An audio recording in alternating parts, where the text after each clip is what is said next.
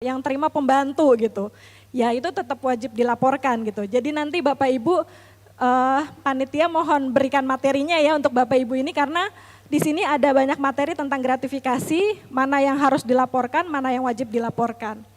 Nah ini biasanya yang diberikan berkaitan dengan jabatan dan bertentangan dengan kewajiban atau tugas kita sebagai penyelenggara negara. Nah hati-hati ancaman hukumannya ini nggak main-main. Berikutnya. Slide berikutnya, nah ini. Ini gratifikasi yang tidak wajib dilaporkan. Misalnya ada saudara kita ngawinin, nyunatin, lahiran, kematian, nggak punya konflik kepentingan dengan kerjaan, ya itu sah-sah saja diterima, boleh.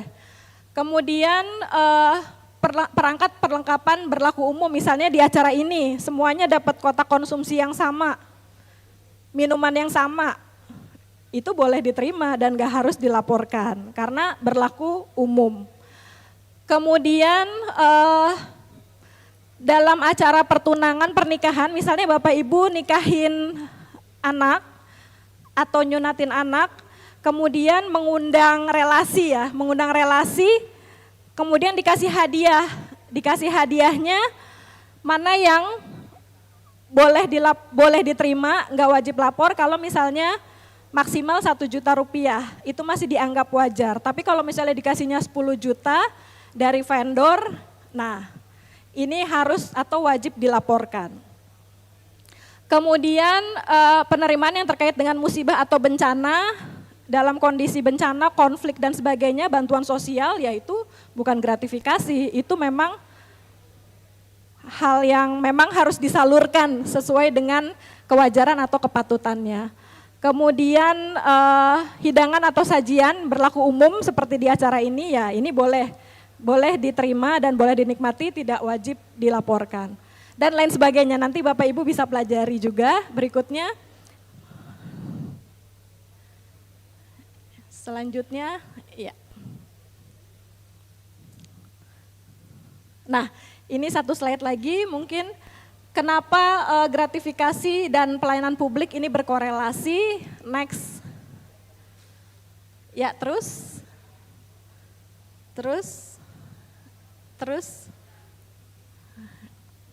Ya, berikutnya.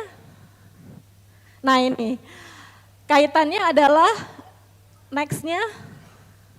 Nah ini, ya jadi misalnya di sebuah pelayanan publik, rentan terjadi gratifikasi dan itu tidak diperbolehkan. Kenapa? Karena mendorong terjadinya diskriminasi layanan atau ada favoritism gitu ya. Bapak ini aja deh, Bapak ini ngasih sesuatu nih untuk saya, jadi diduluin gitu urusannya. Ya, jadi ada diskriminasi layanan dan ini tidak boleh terjadi di sebuah layanan publik yang memang itu aksesnya untuk kepentingan masyarakat secara umum ya. Jadi oleh karena itu gratifikasi ini berkorelasi erat dengan pelayanan publik supaya kita bisa cegah tidak terjadinya pembedaan atau diskriminasi terhadap pelayanan publik yang kita berikan. Next.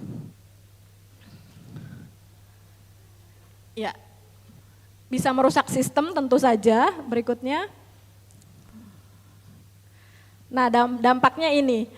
Jadi visi misi tujuan tidak tercapai, tapi sistem birokrasi, sistem prosedur yang sudah dibangun, SOP itu hancur, rusak ya karena dilanggar dan mempengaruhi pejabat publik. Ya, jadi ini oleh karena itu kita harus berhati-hati. Oke, next. Ya, berikutnya. Ini contoh-contoh konflik kepentingan juga, tadi kaitannya juga dengan SPI ya, selanjutnya. Berikutnya, terus, ya selanjutnya mungkin, nah ini. Jadi nanti Bapak Ibu rekan-rekan kalau misalnya punya usulan atau ide di mana kita bisa berkolaborasi bersama ya, tentunya tidak hanya momen Hakordia saja, tetapi mungkin nanti Bapak Ibu yang punya peran sosial juga di masyarakat, mau turut berpartisipasi mensosialisasikan anti korupsi, misalnya menjadi penyuluh anti korupsi, atau misalnya mau turut dalam pendidikan anti korupsi, itu bisa kita berkolaborasi bersama. Jangan sungkan-sungkan untuk menghubungi kami di Kedeputian Bidang Pendidikan dan Peran Serta Masyarakat atau Direktorat Soskam ya. Nanti kita bisa merumuskan program-program yang bisa kita kolaborasikan bersama-sama. Next. Nah, ini apa yang harus Bapak Ibu lakukan. Tentunya sebagai ASN atau di Kementerian Sosial punya kode etik dan kode perilaku, ya itu harus dipatuhi. Kemudian menghindari tadi konflik kepentingan yang bertugas menjalankan pengadaan barang dan jasa, itu juga harus berhati-hati. Di SDM terkait dengan rotasi mutasi, rekrutmen juga dan lain sebagainya. Kemudian menolak gratifikasi atau melaporkan, di Kemensos sudah ada UPG-nya ya, kalau tidak salah sudah berjalan. Nah itu bisa Bapak Ibu melaporkan atau berkonsultasi dengan tim UPG yang ada di Kementerian Sosial supaya Bapak Ibu terhindar dari gratifikasi atau godaan atau ancaman gratifikasi. Kemudian Bapak Ibu tentunya tidak hanya sebagai pegawai di Kemensos, tentunya Bapak Ibu juga berperan di keluarga, di lingkungan sosial, mulai dari tingkat RT, RW, punya profesi atau punya peran lain di lingkungan sosial, itu juga penting. Bapak Ibu bisa memberikan contoh atau keteladanan kepada anak, istri, suami, dan lingkungan sosial. Kemudian selalu menjaga integritas dalam kehidupan sehari-hari dan menciptakan dan melaksanakan kebijakan. Jadi bagaimana di sebuah organisasi kebijakan-kebijakan yang dihasilkan ini juga sejalan dengan semangat anti korupsi. Berikutnya.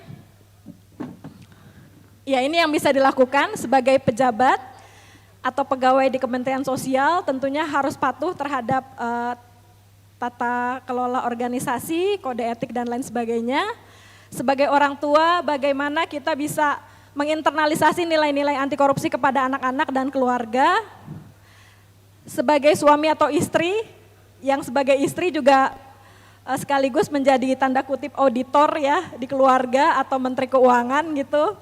Boleh sekali-kali tanya ke suaminya, "Pak, ini uang dari mana?" gitu. Kan kemarin Tukin udah turun atau kemarin udah ada gaji ke-13, ini apa lagi misalnya.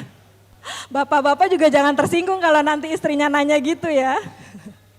Kemudian berperan secara sosial, jadi mungkin Bapak Ibu ada yang berperan sebagai ketua RT atau misalnya aktif di lingkungan rohani, pengajian, gereja dan lain sebagainya, ini juga bisa sekaligus menginternalisasikan nilai-nilai anti korupsi atau juga ikut mensosialisasikan nilai-nilai anti korupsi supaya kita bisa bersama-sama turut menyebarluaskan pesan anti korupsi. Berikutnya, ya saya suka mengutip dari Mahatma Gandhi, jadi our greatest ability as humans is not to change the world but to change ourselves. Jadi pemberantasan korupsi nggak akan mungkin kalau tidak kita mulai dari diri kita sendiri. Itu saja Bapak Ibu, nanti jika ada pertanyaan, usulan, kritik atau ide-ide yang bisa berguna untuk kolaborasi kita ke depan antara Kemensos dan KPK, bisa diusulkan atau disampaikan melalui forum diskusi nanti setelah sesi ini. Jika ada kehilafan mohon dimaafkan, itu saja. Terima kasih. Wassalamualaikum warahmatullahi wabarakatuh. Waalaikumsalam. Ya, berikan aplaus yang meriah kepada Ibu Doti. Terima kasih Ibu Doti telah memaparkan dengan lengkap sekali terkait dengan apa yang berkaitan dengan bagaimana pencegahan korupsi dan dampaknya korupsi itu terhadap diri kita. Tadi disampaikan terakhir bagaimana korupsi itu berawal memang dari diri kita sendiri. Baik, nanti sebelum kita bahas, kita diskusi, Ibu Bapak sekalian siapkan pertanyaan sebanyak-banyaknya ya. Nanti tenang aja, panitia sudah menyediakan ada door prize ya. Tenang aja, siapin aja pertanyaannya. Kami juga nanti kalau teman-teman tidak siap pertanyaan, nanti dari ibu-ibu narasumber nanti menyiapkan pertanyaan untuk Ibu Bapak sekalian untuk dijawab. Nanti juga ada door prize-nya dari panitia. Baik, untuk narasumber yang kedua dari Ombudsman, Ibu Diah Suryaningrum. Saya bacakan untuk curriculum vitae terlebih dahulu ya Bu. Nama lengkap Ibu Diah Suryaningrum, beliau NIP-nya 1985 121 720091 74001. Beliau masih muda ya, 1985. Pangkat golongan pembina 4A, asisten Media Ombudsman Republik Indonesia. Tempat tanggal lahir Tegal 17 Desember 85. Kemudian beliau sudah kawin dan sarjana hukum. Untuk telepon nanti bisa menghubungi panitia. Jabatan beliau saat ini adalah sebagai Kepala Keasistenan Utama 7 pada Ombudsman Republik Indonesia, alamat kantor Jalan Rasuna Said, dan pengalaman jabatan beliau saat ini sebagai Kepala Keasistenan Utama Substansi 7 2021 sampai sekarang, Kepala Keasistenan Pengembangan Jaringan dan Layanan Pengaduan Masyarakat Ombudsman Republik Indonesia tahun 2020, Kepala Unit Kerja Khusus Komunikasi Strategi Ombudsman Republik Indonesia, kemudian juga beliau sebagai Ketua Tim Ad Hoc Pengawasan Pelayanan Publik untuk Daerah dan Kelompok Marginal Ombudsman Republik Indonesia tahun 2018 sampai 2019, anggota Tim Database Manajemen Ombudsman Republik Indonesia 2018, kemudian juga sebagai anggota Tim Peningkatan Kapasitas Pelayanan Publik Ombudsman Republik Indonesia di tahun 2017, Koordinator Tim Pengembangan Jaringan Kelembagaan Ombudsman Republik Indonesia, kemudian anggota Tim Pengembangan Pelayanan Publik dan anggota Tim Substansi 1 Penyelesaian Laporan Ombudsman. Selanjutnya, pelatihan profesional ini banyak sekali beliau yang sudah dilaksanakan di beberapa negara, ada di Maroko, ada di Australia, ada di Nederland, ya sudah banyak pengalaman beliau mengikuti juga pelatihan-pelatihan baik di dalam negeri dan di luar negeri. Jadi pesan beliau nggak usah dibacakan semuanya katanya Bu. Baik, untuk menyingkat waktu karena kita nanti akan lebih banyak di dalam diskusi Ibu, silahkan menyampaikan materi selama kurang lebih 20 menit. Teman-teman siap, jangan ada yang tidur, tidak mengobrol sendiri. Nanti kita akan mencoba pertanyaan dari ibu-ibu narasumber akan disampaikan kepada teman-teman. Untuk itu kami persilahkan kepada Ibu Diah.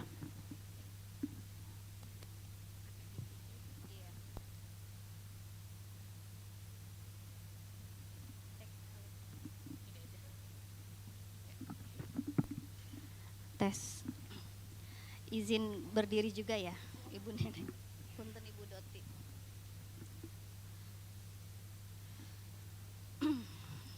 Baik, selamat siang Bapak Ibu. Iya, sebelum berkenalan mungkin saya ada disclaimer dulu ya. Tadi saya duduk di depan, tiba-tiba ada teman saya, foto saya dari belakang. Boleh ada yang berdiri nggak nih, mana teman saya nih? Mas Widi namanya. Allahu Akbar. Halo, apa kabar? Teman SMA ya.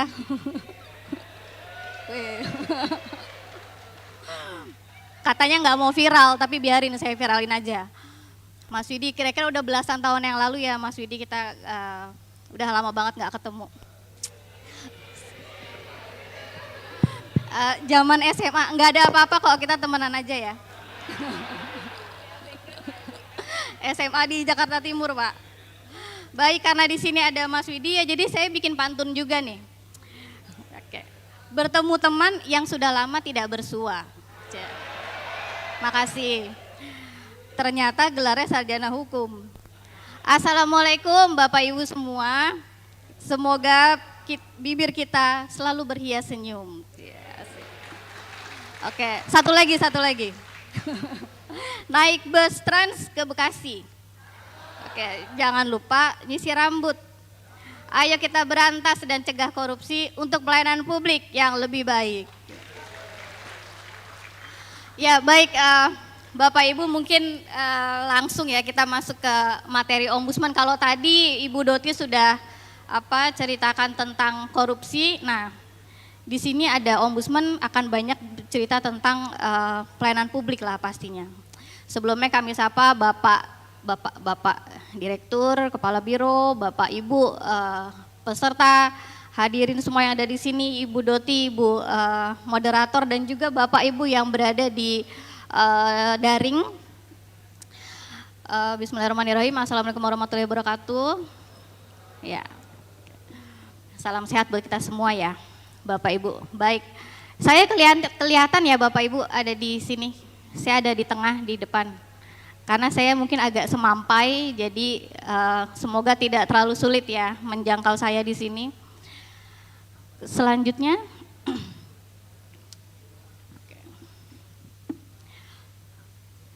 baik Bapak Ibu di sini bicara tentang pelayanan publik, izin kami mengingatkan begitu ya, apa itu pelayanan publik? Nah karena ombudsman itu kan pengawas pelayanan publik, jadi apa sih yang diawasi ombudsman?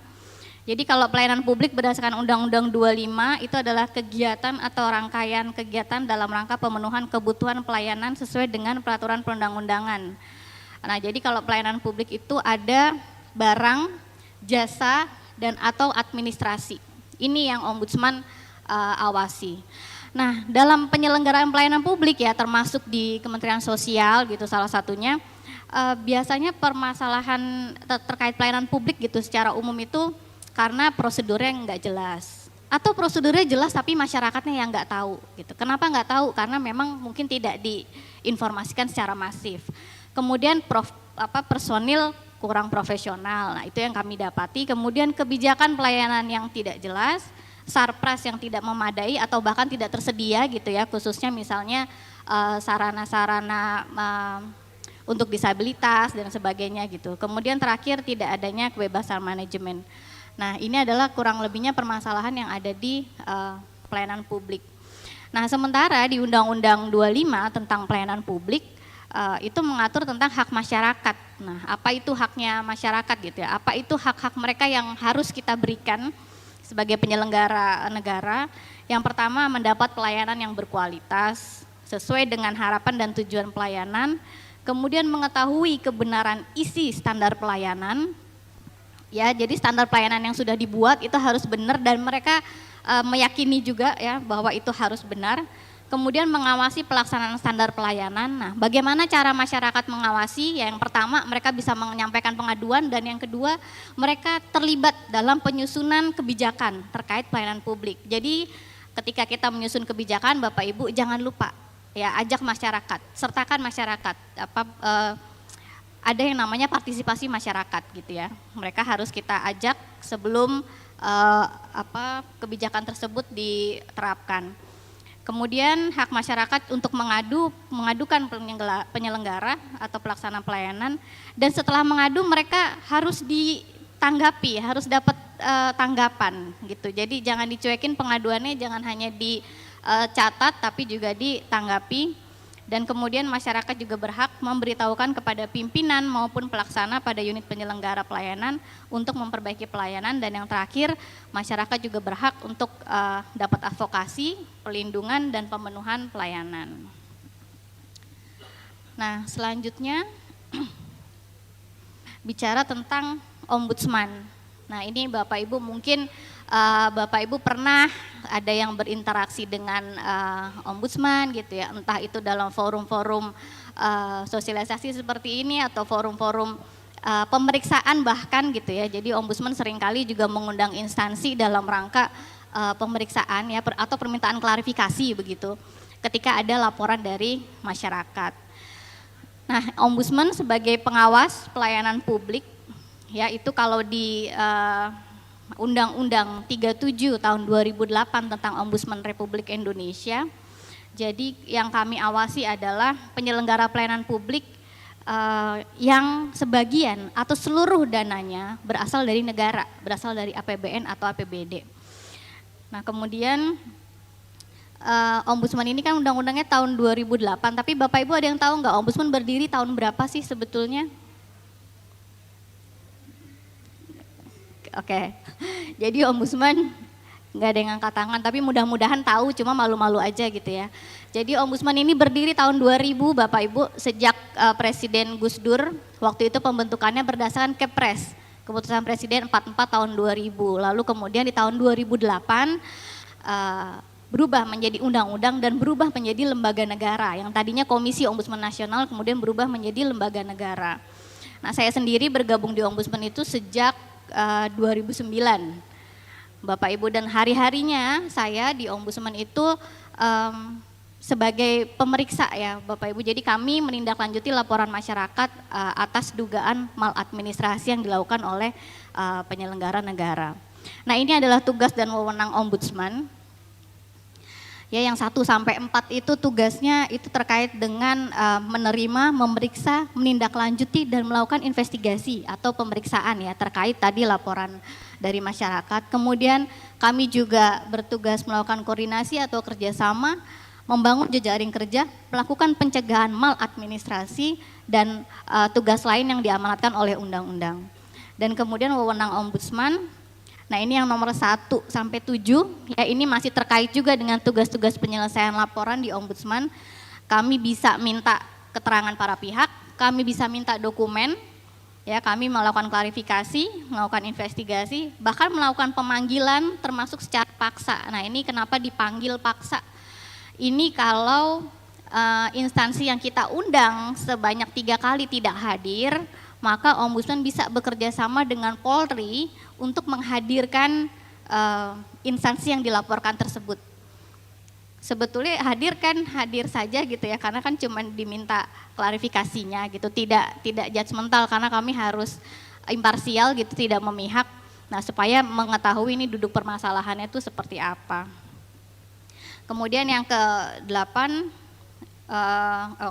setelah panggil paksa kami bisa juga melakukan mediasi dan konsiliasi. Nah, tapi ini biasanya untuk kasus-kasus yang pertanahan ya, biasanya pembebasan lahan, kemudian warga masyarakatnya nggak terima dengan besaran jumlahnya dan sebagainya. Kemudian kami juga bisa menyusun rekomendasi.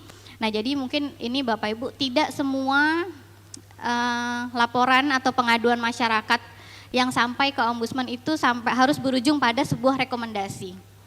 Nah, alhamdulillah mayoritas instansi terlapor yang dilaporkan ke ombudsman itu kooperatif. Ya, sehingga di tahap pemeriksaan atau di tahap investigasi sudah bisa kita case close, sudah bisa kita tutup laporannya tanpa harus direkomendasi. Gitu. Jadi kalau rekomendasi itu sifatnya wajib harus dilaksanakan dan itu juga diumumkan gitu, disiarkan ya. Kemudian terakhir menyampaikan saran kepada Presiden, DPR, pimpinan lembaga negara, DPRD, dan kepala daerah. Ini bisa kaitannya atas sebuah kajian sistemiknya ombudsman atau atas laporan dari masyarakat.